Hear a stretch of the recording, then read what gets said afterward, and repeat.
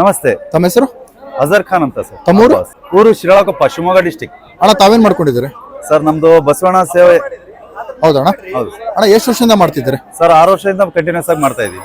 Sir ಇದ್ರ ವಿಶೇಷತೆಗಳೇನು sir? Sir ವಿಶೇಷತೆ ಏನಿಲ್ಲ ಸರ್, ದೀಪಾವಳಿಯಿಂದ ಮತ್ತೆ ನವೆಂಬರ್ ತನಕನೂ ಒಳ್ಳೆ ಹೋರಿ ಹಬ್ಬಗಳು ಆಗುತ್ತೆ. ಹಾವೇರಿ ಭಾಗ ಮತ್ತೆ ಶಿವಮೊಗ್ಗ ಡಿಸ್ಟಿಕ್ ಮತ್ತೆ ನಮ್ಮ ಕಾರವಾರ ಡಿಸ್ಟಿಕ್ ಅಲ್ಲಿ ಅದರಲ್ಲಿ ಪಾರ್ಟಿಸಿಪೇಟ್ ಮಾಡ್ತೀವಿ ಸರ್.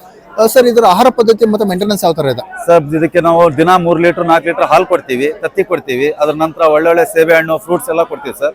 ಅದ್ರ ನಂತರ ಒಳ್ಳೊಳ್ಳೆ ಫುಡ್ ಕೂಡ ಕೊಡ್ತೀವಿ ಸರ್. ಸರ್ ಇದರ ಹೋರಿ ಹಬ್ಬದ ಬಗ್ಗೆ ತಾವೇನು ಹೇಳಕ್ಕೆ ಇಷ್ಟಪಡ್ತೀರಿ? ಸರ್ ಹೋರಿ ಹಬ್ಬದ ಬಗ್ಗೆ ನಮ್ಮ ಹಾವೇರಿ ಡಿಸ್ಟಿಕ್ ಅಲ್ಲಿ, ಶಿವಮೊಗ್ಗ ಡಿಸ್ಟಿಕ್ ಅಲ್ಲಿ ಮತ್ತೆ ಕಾರವಾರ ಡಿಸ್ಟಿಕ್ ಅಲ್ಲಿ ಒಳ್ಳೆ ಒಂದು ಹೋರಿ ಹಬ್ಬ ಆಗ್ತಾ ಇದೆ ಸರ್.